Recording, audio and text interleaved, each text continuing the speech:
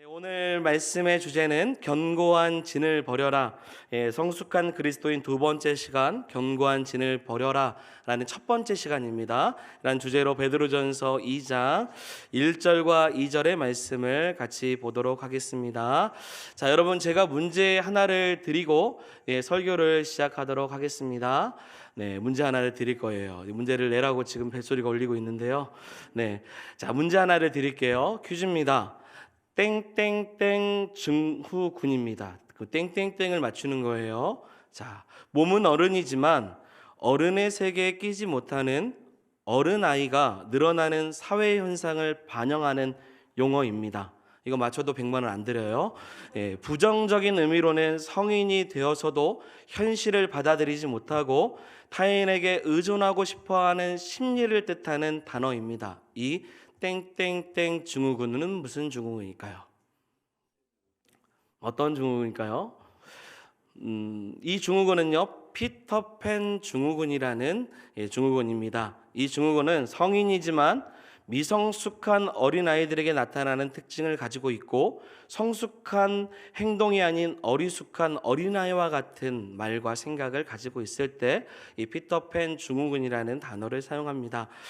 여러분, 성경에서도 피터팬 증후군처럼 오랜 시간 신앙생활을 해서 믿음의 장성한 분량에 이르는 것까지 올라가야 되는데 그러지 못하고 제자리 신앙을 갖고 있는 사람을 성경에서는 주목하고 있습니다. 그리고 어린아이 같은 신앙의 그 모습을 가지고 있는 그 사람들을 주 안에서 자라지 못하고 열매 맺지 못하는 모습에 주님은 슬퍼하기도 하고 실망하기도 하고 책망하기도 합니다.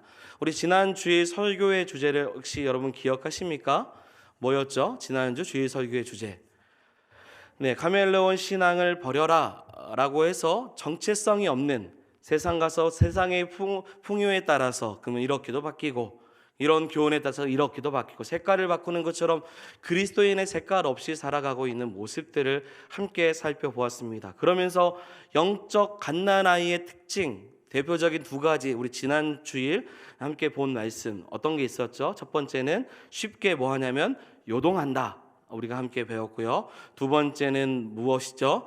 경쟁 의식을 갖는다 라는 겁니다. 두 가지입니다. 저는 너무 좋아요. 막 새로운 거 하는 것 같고요. 네, 다 모르신 것처럼 반응하고 계셨어요. 경쟁 의식을 갖는 것은 자신의 존재를 과시하기 위해서 사랑하는 사람에게까지 고통을 줄 만큼 그런 이기려고 하는 경쟁 의식이 있다라는 거죠. 대표적으로 누굴 보았습니까? 야곱을 보았죠. 그래서 오늘은 세 번째, 지난 시간에 하나 요동하는 거, 두 번째는 경쟁의식을 갖고 있는 거, 오늘 세 번째는 오랜 신앙생활을 하면서도 불구하고 여전히 어린아이의 특징과 같은 모습을 갖고 있는 그것이 왜 그러한가에 대한 세 번째 견고한 진에 대해서 함께 살펴보고자 합니다. 자, 그렇다면 여러분 견고한 진이라는 말 들어보셨죠? 늘 알고 있는 말씀이라고 생각이 됩니다. 견고한 진이라는 말이 무슨 뜻입니까? 사랑하는 여러분, 견고한 진 무슨 말일까요?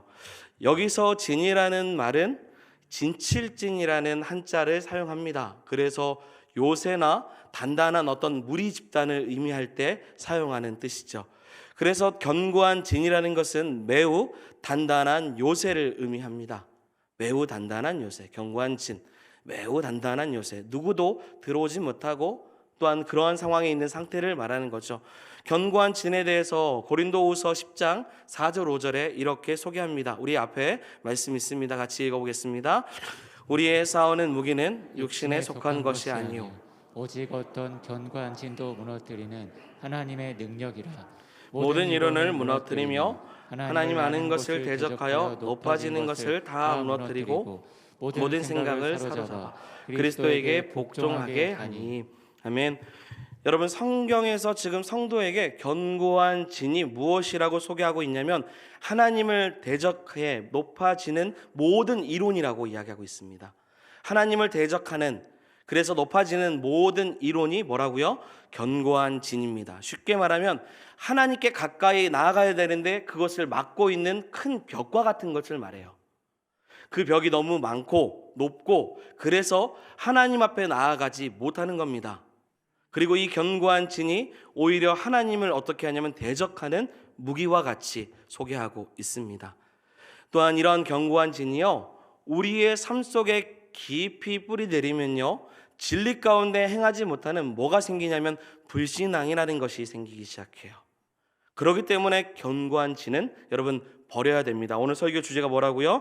견고한 진을 버려라. 버려야 됩니다. 오늘 본문을 통해서 성경에서 말하는 견고한 진을 함께 살펴봅니다. 그리고 내 안에 어떠한 견고한 진이 있는지, 그래서 하나님과 나 사이에 막고 있는 벽과 같은 그런 요새가 무엇인지를 함께 살펴보고자 합니다. 이제 말씀 속으로 한번 들어가 보죠. 베드로전서 2장 오늘 본문입니다. 1절 2절입니다. 읽어보겠습니다. 그러므로 모든 악독과 모든 기만과 외식과 시기와 모든 방하는 말을 버리고 갓난아기 같이 순전하고 신령한 잣을 사모하라. 이는 그로 말미암아 너희로 구원에 이르도록 자라게 하려 함이라. 아멘. 여러분, 말씀에 보면 5가지의 견고한 진이 등장을 합니다. 첫 번째 무엇이죠? 악독입니다. 악독. 여러분, 악독은 무엇입니까? 여러분, 대부분 악독이라는 단어 생각하면 어떻게 생각하십니까? 이거 어떻게 풀이하십니까? 뭐 보통 악하고 독하다, 이렇게 생각을 하죠. 근데 한자로도 사실은 악하고 독한 게 맞기도 합니다. 성경에서는 카키아라는 헬라어 명사를 사용하는데 의미는 나쁨이라는 단어입니다. 악독이라는 말은 나쁨이라는 단어예요. 그런데 신약 성경에서 이 악독은 특히 오늘 본문에서 사용될 때는 그냥 나쁨이라는 단어로만 사용되지 않습니다. 이 단어는 다른 의미로 사용이 돼요. 어떤 의미로 해석이 되냐면 친교를 파괴하는 힘으로 해석이 됩니다. 친교를 파괴하는 힘, 그것이 악독이에요. 자, 쉽게 말하면요, 다른 사람을 용납하지 않는 마음, 나쁜 마음, 남을 해하는 마음, 다른 사람과 어울리지 않겠다고 하는 모든 의미가 악독입니다. 자, 이 말을 좀 더 구체적으로 설명하면요, 그냥 어떤 사람이 싫어요. 그래서 성경에서 수없이 용서하라고 내 마음에 강력한 메시지를 줘도요, 내 안에 고집스러운 의지도 그리고 그런 마음도 그 사람을 받아들일 용기가 없습니다. 그리고 받아들이고 싶지 않아요. 용납이 되지 않습니다. 그래서 사용되는 단어가 교제를 깨트리는 마음으로 쓰여지는 악독입니다. 여러분, 인생을 살다 보면 내 마음에 상처를 주고요, 고통을 주는 사람은 적어도 하나씩 가지고 있습니다. 저도 있어요. 하나가 뭐예요? 둘, 셋 더 많을 겁니다. 그 대상이 부모가 될 수도 있고요, 자녀가 될 수도 있고요, 그리고 남편과 아내가 될 수도 있어요. 그런데 이런 악독이 견고한 진처럼 내 마음에 있으면 관계가 완화되지 않는 거예요. 그래서 우리가 이런 마음과 생각을 가지면 우리 안에 뭐가 있다라는 거예요? 견고한 진이 있다라는 뜻입니다. 어떤 사람이 용납이 되지 않아요. 용서가 되지 않아요. 내 마음에 상처를 줬는데 도저히 받아들일 수가 없어요. 그런데 더 큰 문제가 무엇이냐면 어떤 사람에 대한 악독이 단순히 그 사람과의 관계로만 끝나지 않고요, 내 안에 그 악독이 견고한 진이 돼서 누구에게까지 갑니까? 하나님에게까지 가는 거예요. 하나님을 대적하는, 하나님의 뜻이 내 안에 들어와도 도저히 받아들이지 못하는, 하나님과 가까워지는 마음을 방해하는 벽이 되는 겁니다. 이것이 악독이에요. 그러다 보니요, 어떤 한 사람 때문에 내가 하나님께 더 가까이 나아가지 못하는 적신호가 뜨는 상태인 겁니다. 여러분, 이 단어가 뭡니까? 악독입니다. 견고한 진에 대한 설명을 한 번 더 이어서 하면 마태복음 18장 15절부터 35절 깁니다. 그래서 읽지는 않고요, 내용은 이렇습니다. 여러분, 어느 날 베드로가 구주 예수님에게 한 가지의 질문을 해요. 이 질문은 용서에 대한 질문입니다. 이 질문의 시작은 예수님이 제자들에게 용서의 중요성을 가르치실 때 베드로가 너무 궁금해서 그래서 묻는 질문입니다. 예수님, 용서에 대한 가르침이 너무 감사합니다. 결국 그러면 용서는 실천적인 것인데 그렇다면 나에게 죄를 범한 형제를 몇 번이나 용서해 주면 되겠습니까? 라는 질문을 베드로가 던지는 거예요. 그러면서 베드로는 말합니다. 7번 용서해 주면 충분합니까? 라고 질문하죠. 여러분, 베드로의 질문은요, 탈무드에서 나오는 질문에 영향을 받은 것입니다. 무슨 말이냐면 바벨론 탈무드는 무조건적인 용서, 그러니까 내가 아무것도 따지지 않고 어떠한 상황에 용서를 할 때 몇 번까지 해야 되는 것에 대해서 나와 있습니다. 그래서 탈무드에는 결론적으로 용서는 최대 몇 번이냐면 3번. 3번까지는 그냥 다 조건 없이 그냥 용서해줘 라고 제시를 해요. 그게 탈무드입니다. 그런데 베드로는 무려 몇 배입니까? 2배가 넘어요. 2배 이상 7번을 말합니다. 완전 수죠. 이 정도면 탈무드가 말한 것보다 훨씬 괜찮은 완벽한 용서를 말하는 거예요. 그러자 주님은 뭐라고 말씀하시죠? 7번뿐만 아니라 70번씩 7번을 용서하라고 말합니다. 야, 여러분, 이게 무슨 말입니까? 야, 횟수를 따지면 안 돼 라는 뜻이에요. 횟수를 따져서 용서가 판가름이 되는 것이 아니다는 겁니다. 그냥 무조건적으로 조건 없이 용서를 말씀하세요. 베드로에게는요, 사랑하는 여러분, 횟수가 중요했어요. 몇 번 해야 됩니까? 아니면 용서의 강도죠. 이 정도면 이렇게 용서하면 괜찮지 않겠습니까? 라는 강도를 얘기합니다. 그런데 도저히 용서할 수 없는 사람을 내가 적어도 7번이면 최선을 다하는 거 아닙니까? 라는 질문을 하고 있는 거죠. 여러분, 그러나 진정한 용서의 본질을 생각하면요, 횟수는 상관이 없습니다. 그냥 용서입니다. 그것이 예수님의 가르침이에요. 여러분, 예수님의 가르침을 본받기를 소망합니다. 사실 잘 생각해 보면 베드로의 말 속에 뼈가 있습니다. 만일 내게 죄를 범한 형제를 7번 용서하는 것으로 내가 책임을 다했는데 8번째가 되면 그러면 내가 용서하지 않아도 되는 거 아닙니까? 오히려 8번째가 되면 이전에 7번 나에게 상처 줬고 아픔 줬는데 고스란히 다 갚아서 8번째는 용서 못하겠습니다. 7번의 용서도 다 사라지는, 전혀 용서하지 않는 그런 태도의 모습을 갖고 있는 것이죠. 예수님은 베드로의 마음을 읽었습니다. 그러면서 한 가지의 비유를 해요.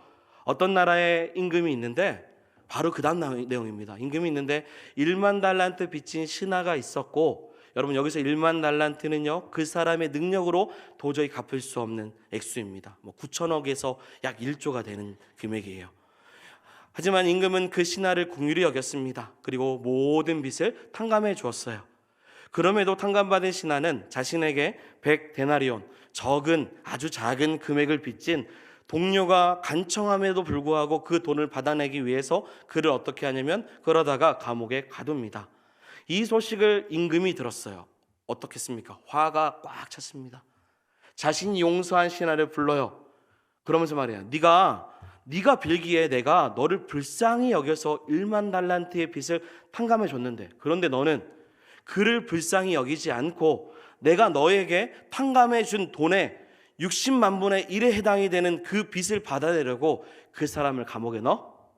이렇게 책망을 하는 거죠.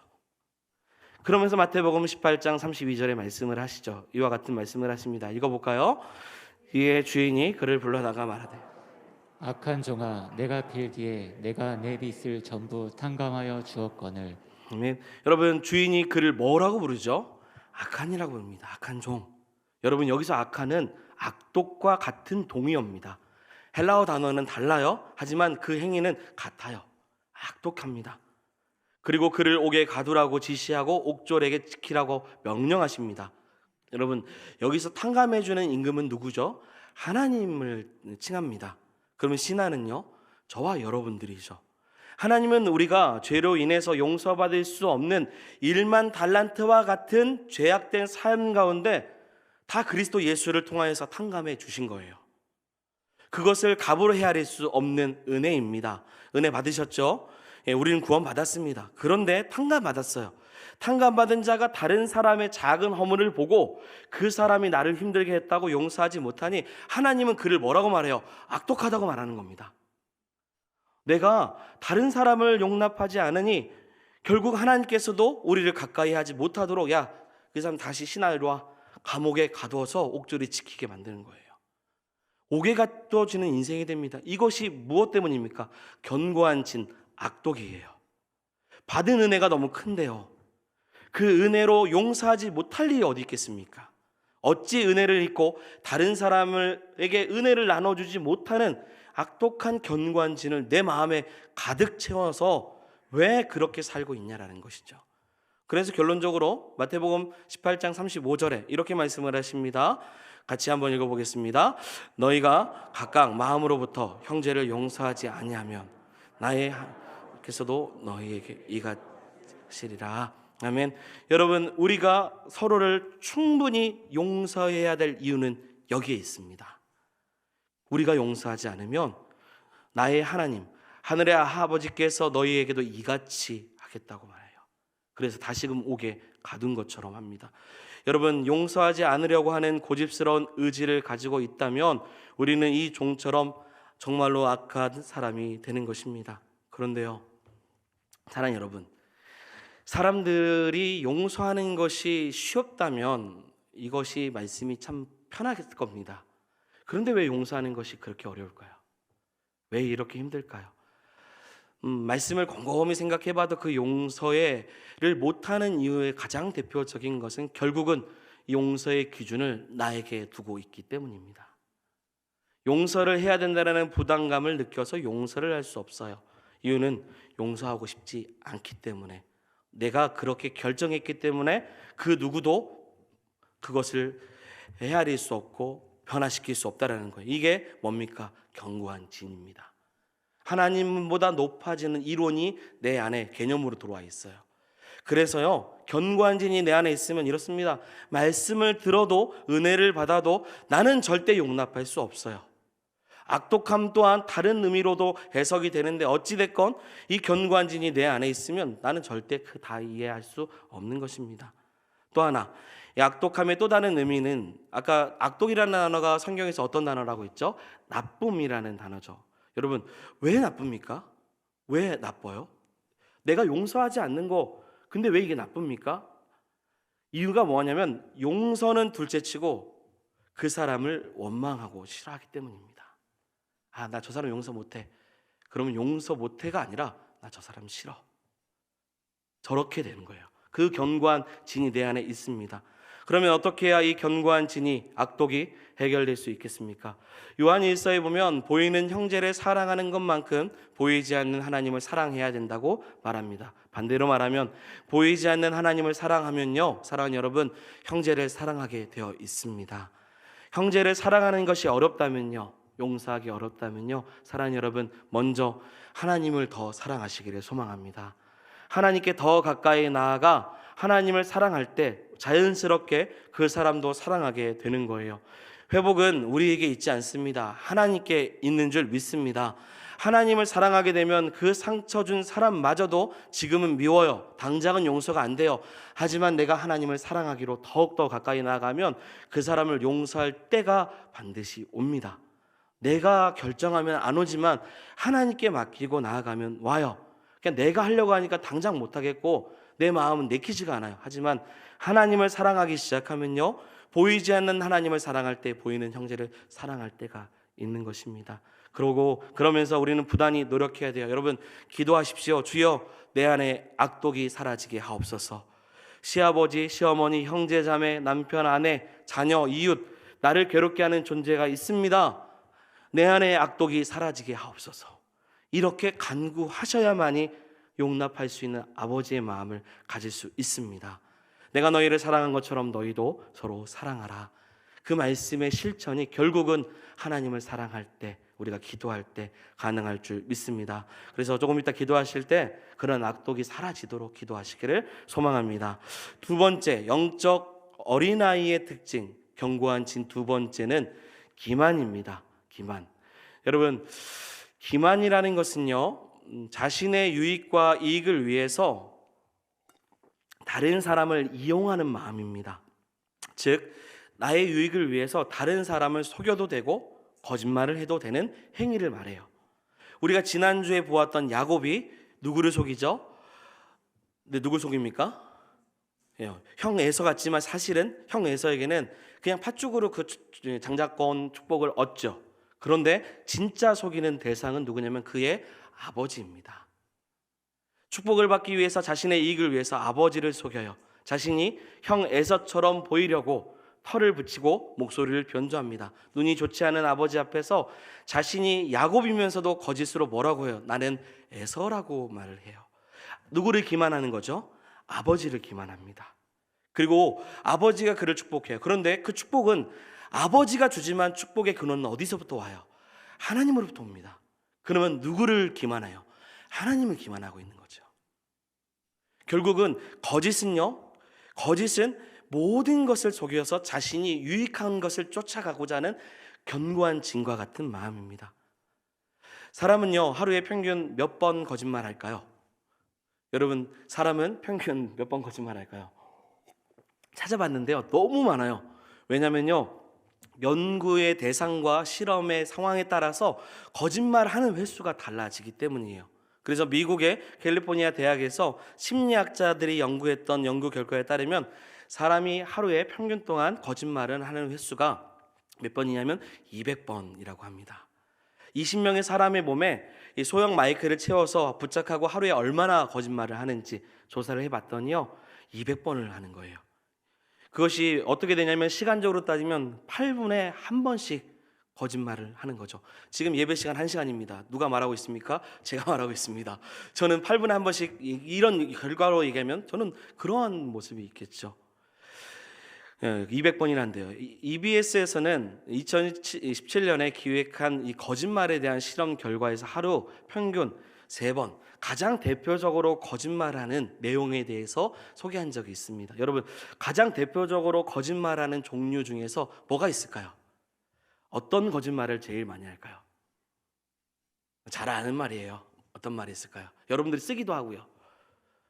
네, 뭐냐면 첫 번째는 사랑해라는 거짓말입니다. 사랑하는 여러분, 네, 첫 번째 제일 많이 하는 게 사랑해라는 말입니다. 두 번째는 어떤 말을 제일 많이 하냐면 3개까지 다 소개할 것도 없습니다. 약속 시간에 늦었습니다. 그런데 보이지도 않아요. 다 왔어. 거기 있으라고 내가 했잖아 라고 하는 거짓말이 또 3가지 안에 들어있습니다. 여러분, 거짓은요, 교만에서 나오는 자기 방어의 방편입니다. 제가 다시 말씀드리면 거짓은요, 교만에서 나오는 자기 방어의 방편이에요. 자신을 보호하기 위해서 남들에게 비춰지는 자신을 방어하는 목적으로 거짓을 하는 겁니다. 기만하는 거예요. 내 말을 들은 사람들을 기만해요. 나는 이런 사람이 아니야 라고 해서 어떤 다른 말로 사람들을 속이는 거죠. 그런데 이것은 사람만 속이지 않고요, 나를 지으신 하나님의 그 지으심 앞에서도 기만하고 있는 모습입니다. 그리고 진짜 문제는요, 여러분, 진짜 문제입니다. 거짓을 말하는 내가 이것이 죄라는 사실을 인지하지 못하고 자연스럽게 내 안에 거짓이 하루에 3번이든 200번이든 흘러나온다는 거예요. 자연스럽게 내 안에 뭐가 된 겁니까? 견고한 진입니다. 나를 보호하는 거예요. 그래서 이것이 하나님께 가까이 나아가는데 뭐가 돼요? 방해물이 되는 겁니다. 높은 벽과 같아요. 그렇다면 어떻게 이 기만을 해결할 수 있겠습니까? 여러분, 이사야 6장의 말씀을 통해서 한번 이 부분을 해결해 보기를 원합니다. 성전에 아직 안 나와요, 말씀. 자, 성전에서 이사야가 하나님의 거룩하심에 대한 환상을 보았습니다. 그리고 그 보좌에 앉으신 하나님의 거룩함 앞에서, 영광스러움 앞에서 그 하나님의 영광 앞에 자신의 실체를 봐요. 그리고 자신의 모습을 깨닫습니다. 자, 이사야 6장 5절 말씀입니다. 같이 한번 읽어보겠습니다. 그때 내가 말하되 화로다 나여 망하게 되었도다. 나는 입술이 부정한 사람이요 나는 입술이 부정한 백성 중에 거주하면서 만군의 여호와이신 왕을 배웠음이로다 하였더라. 아멘. 이사야는 하나님의 거룩함 앞에서 자신이 얼마나 부정한 입술을 가졌는지, 부정하다는 말을 2번이나 사용해요. 내 마음에 거짓이 있다라는 것을 표현한 것입니다. 그래서 그는 구체적으로 자신의 죄에 대해서 말합니다. 이사야는요, 당대 하나님의 말씀을 대언했던, 가르쳤던 선지자죠. 그는 이스라엘 백성들에게 하나님의 말씀을 선포할 때 너희들은 죄인이다, 지금 심판받을 것이다, 용서를 구해야 된다 라고 말합니다. 그러면서 나는 경건한 사람이라는 일반적인 선지자가 갖고 있는 의식이 있었던 겁니다. 그런데 하나님의 거룩한 실체를 보니 내가 그들이 죄인이라고 말하는 그 죄인과 같은 모습이 자신에게도 있다는 걸 느껴요. 그래서 책망을 하기 위해서 백성들의 책망했는데 막상 보니 자신 안에도 그런 부정한 마음들, 생각들, 거짓이 가득한 것입니다. 그래서 하나님의 말씀을 전하는 내 입술이 부정하다라고 말해요. 내 마음이 이러한데 이들에게 올바른 진리의 말씀을 전하지만 내 마음은 거짓이 가득하다고 말하는 거죠. 여러분, 사람은요, 하나님의 거룩하심을 보지 못할 때 다른 사람을 쉽게 판단합니다. 마치 자신은 그들보다 의로운 것처럼 가면을 써요. 사람을 기만해요. 하나님을 속입니다. 그러나 누가 하나님의 영광에 이를 수 있겠습니까? 사랑하는 여러분, 누가 하나님 보좌 앞에 나아갈 수 있습니까? 이사야처럼 자신의 죄를 고백하는 사람이 주 앞에 나아갈 수 있는 줄 믿습니다. 견고한 진을 해결하기 위해서 죄를 자백하는 거예요. 내가 이러한 죄가 있습니다. 그때요, 스랍 하나가 제단에 핀 그 숯불을 가지고 날아와서 이사야 입에 댑니다. 그때 회개하며 나아가죠. 이사야 6장 7절 말씀입니다. 읽어보겠습니다. 그것을 내 입술에 대며 이르되 보라, 이것이 내 입술에 닿았으니 내 악이 제하여졌고 내 죄가 사하여졌느니라 하더라. 아멘. 뭐라고 말하죠? 결국은 내가 이렇게 부정한 자라고 인정하고 나아갈 때, 하나님 앞에 정직함으로 나아갈 때 주께서 내 안에 있는 모든 악을 제하시고, 그리고 내 모든 죄를 뭐 하셨습니까? 사하셨어요. 결국 부정한 입술이 깨끗함을 받았습니다. 여러분, 우리 안에 견고한 짐, 속임수와 거짓이 사라지며 정결해지는 은혜를 받았다라는 거예요. 여러분, 견고한 진을 무너뜨리는 이유가 무엇입니까? 오랫동안 힘들게 씨름해 봤는데 우리 안에 선한 것이 아니라 계속 거짓이 나왔기 때문입니다. 내가 해보려고 했는데 안 된 거예요. 죄가 우리를 비참하게 만듭니다. 우리 자신을 초라하게 만들어요. 절망스럽고 무기력하게 만들어요. 그러나 이사야와 같이 죄를 회개하고 나아갈 때 그 인생 가운데 하나님께서 정말로 사랑하는 귀한 정결한 은혜를 그 백성에게 허락해 주신 것입니다. 여러분, 이렇게 기도하십시오. 두 번째예요. 주여, 나의 부정한 마음과 입술을 구원하여 주시옵소서. 우리 악독을 구원해 달라는 것처럼, 악독에서 떠나게 해달라는 것처럼 두 번째, 내 입술에 하나님 거짓과 속임수가 사라지는, 견고한 진이 사라지는 정결한 은혜를 주시옵소서. 이렇게 간구하기를 소망합니다. 세 번째인데요, 5개 다 못해요. 오늘 3개까지만, 시간상 보니까 3개까지만 하겠습니다. 세 번째, 견고한 진은 무엇이냐면 외식입니다. 외식. 여러분, 외식하면 떠오르는 말씀이 바로 예수님께서 바리새인들을 책망했던 마태복음 6장과 7장의 말씀입니다. 여러분, 외식도요, 두 가지의 이 종류로 나눠집니다. 뭐 한식, 양식 이렇게 그런 것처럼 나눠져요. 마태복음 6장에서 나오는 외식은 형식주의입니다. 설명할 거예요. 이해하시고요. 그리고 마태복음 7장은요, 지식주의입니다. 외식의 두 가지죠. 형식주의와 그리고 지식주의예요. 마태복음 6장에 나오는 형식주의적인 외식은 뭐냐면 이중적인 인격과 삶입니다. 쉽게 말하면 겉과 속이 달라요. 경건의 모양은 있지만 경건의 능력은 없습니다. 예수님은 바리새인들을 회칠한 무덤과 같은 자라고 책망하셨어요. 왜냐하면 겉은 잘 포장되었는데 속은 내용이 없기 때문입니다. 마태복음 7장에서 말하는 외식은요, 지식입니다. 지식주의죠. 그래서 마태복음 7장에 보면 1절부터 5절까지 이런 내용이에요. 자기 눈 속에 있는 들보를 보지 못하면서 형제들의 티를 뽑으려고 하는 행위, 그 행위를 뭐라고 해요? 외식이라고 말합니다. 여러분, 사람의 눈에 들보가 있다면요, 이 들보가 있으면 눈앞을 볼 수 없어요. 마치 맹인 같습니다. 맹인은요, 다른 사람의 눈에 티를 뽑을 수도 없지만 만약 뽑으려고 해도 엄청나게 위험한 일을 하는 겁니다. 그렇다면 이 말이 꼭 형제의 눈 속에 있는 티를 뽑지 말라, 이런 말은 전혀 아니죠. 먼저 뭐부터 보라는 거예요? 나 자신의 눈에 있는 이 모든 것들의 상황을 보라는 겁니다. 자신의 눈에 들보를 봐야 돼요. 그러면서 형제 눈에 보이는 작은 티를 보라는 얘기입니다. 여러분, 저는 안경을 씁니다. 안경을 쓰는데요, 잠자는 시간, 씻는 시간을 제외하고는 거의 씁니다. 집에서 못 벗어요. 벗으면 쓰래요. 가족들이 쓰라고 합니다. 그만큼 안경은 중요해요. 그런데 코로나 이후에 안경을 쓰는 것이 굉장히 불편할 때가 있습니다. 그때가 언제냐면 실외에서 실내로 들어올 때입니다. 그렇게 마스크 쓰고 들어오면요, 실내 온도차가 나기 시작하면서 눈앞에 어떻게 돼요? 뿌해져요. 아무것도 안 보여요. 그러면 제가 그때 뭐라고 해야 됩니까? 아, 여기는 왜 이렇게 뿌해? 라고 하는 것이 맞겠습니까? 아니겠죠. 제가 먼저 해야 될 일은 아이고, 안경을 벗고 닦는 겁니다. 지금 그렇게 닦으면 세상이 밝아 보이죠. 그만큼 먼저 뭘 해야 됩니까? 내 삶을 체크할 필요가 있는 거예요. 그리고 다른 사람을 살펴야 됩니다.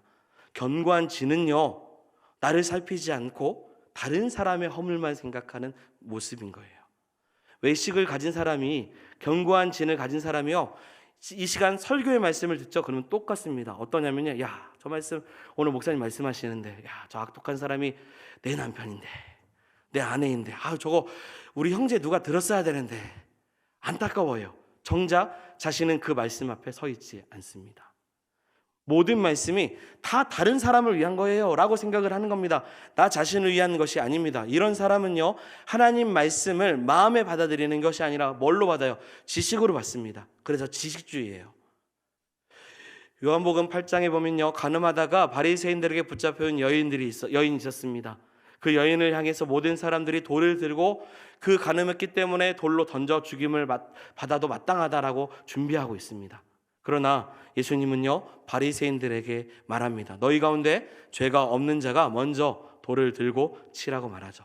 그러자 모든 사람이 양심에 찔려서 다 떠나고 오직 예수님과 그 여자만 남습니다. 여러분, 여기서 우리에게 중요한 메시지가 있어요. 뭐냐면 여인이 심판을 받으려고 했던 그 자리가 이제는 은혜와 사랑의 자리가 되었다라는 거예요.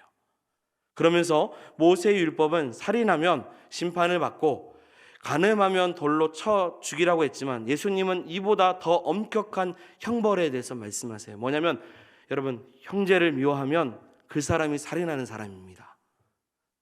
여러분, 그런 사람은 지옥불에 들어가는 겁니다. 여자를 보고 마음의 음욕을 품으면 그 마음 자체도 이미 간음한 자와 같습니다. 예수님은 한 단계 더 윗단계에 대한 이야기를 하세요. 왜요? 겉으로는 경건한데요, 우리 안에 외식과 같이 견고한 진이 있는 그 사람들이 그 말씀에 겉으로만 지키고 속으로는 그 말씀 앞에 나아가지 못하고 있기 때문입니다. 그런 사람은 영적 어린아이 같아서 변화할 수 없어요. 말씀을 머리로만 받고 지식이 되고 다른 사람을 판단하는 교만만 가지기 때문에 하나님 앞에 나아가는 큰 방해물이 되는 것입니다. 여러분, 이 견고한 진은 굉장히 중요합니다. 올해 한 해 동안 성숙한 그리스도인이 되고자 하는 마음으로 말씀을 준비할 때 새해 1월에 이 모든 부분들이 파해져야만이 올해 한 해 동안 우리가 더욱더 성장하는 그리스도인이 될 줄 믿습니다. 나머지 견고한 진, 시기와 비방은요, 그리고 이제 어린아이가 갖는 긍정적인 부분도 있어요. 그래서 그런 부분, 진리를 사모하는 마음 혹은 의의 선물, 이런 부분은 다음 주일은 이제 명절이기 때문에 다른 말씀을 전하고 그 다음 주에 견고한 진 나머지 두 가지와 긍정적인 그 두 가지를 함께 나누도록 하겠습니다. 오늘 말씀 세 가지 견고한 진을 보았습니다. 기억하시죠? 첫 번째 무엇이죠? 악독이었습니다. 두 번째는 기만입니다. 세 번째는 외식이었어요. 이와 같은 죄악된 모습이 우리 안에 오랫동안 머물러 있다면 사랑하는 여러분, 성숙한 그리스도인이 되어 가는데 큰 방해가 됩니다. 그리고 하나님과 깊은 만남을 하는데 큰 방해물이 돼요. 그러기에 오늘 말씀을 기억하면서 말씀을 다른 사람에게 적용하지 마시고 오늘 들은 말씀, 혹 이 말씀을 통해 내 안에 견고한 진이 있다면 그것이 사라질 수 있도록 주여 우리의 악독을 사라지게 하십시오. 기만이 없어지게 거짓에 대한 입술을 회복되게 하여 주시옵소서. 겉만 번지르르한 신앙을 갖지 않고 우리 안에 경건한 주의 자녀가 되게 해 주시옵소서. 이렇게 간구하는 저와 여러분들이 되기를 주의 이름으로 축원드립니다. 아멘. 우리 말씀을 생각하면서 우리 함께 주는 완전합니다. 함께 찬양합니다. 여러분, 인정해야 됩니다. 우리는 연약하고요, 부족합니다. 그러기에 우리를 회복시키시는 예수님의 말씀을 붙잡고 나아가기를 소망합니다. 주여, 우리는 연약합니다. 주여, 우린 연약합니다. 우린 오늘을 힘겨워합니다. 주 뜻 이루며 살기에 부족합니다. 우린 연약합니다. 주여 우린 넘어집니다. 주여 우린 넘어집니다. 오늘 하루 또 실수합니다. 주의 긍휼을 구하는 죄인이니 우린 주만 바라봅니다. 한없는 주님의 은혜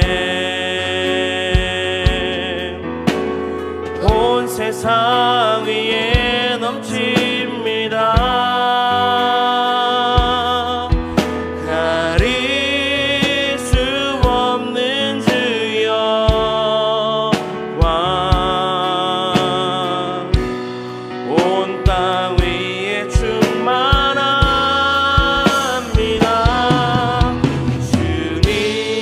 주님만이 이리 오니 우린 그 길 따라갑니다. 그날에 우리를 주는 완전합니다. 주는 완전한 한 번 더 고백합니다. 말씀을 생각하면서 주여 우린 연약합니다. 주여 우린 연약합니다.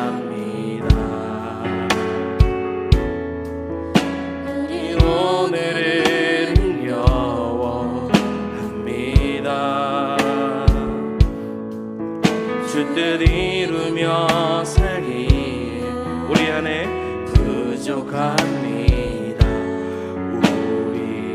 우린 연약합니다. 주여 우린 넘어집니다. 주여 우린 넘어집니다. 오늘 하루 또 실수합니다. 주의 긍휼을 구하는 죄인이 우린 주만 바라보 우리 다같이 우리 주님의 은혜를 구합니다. 한없는 주님의 은혜 온 세상 위에 넘칩니다. 가릴 수 없는 주여 왕 온 땅 위에 충만합니다.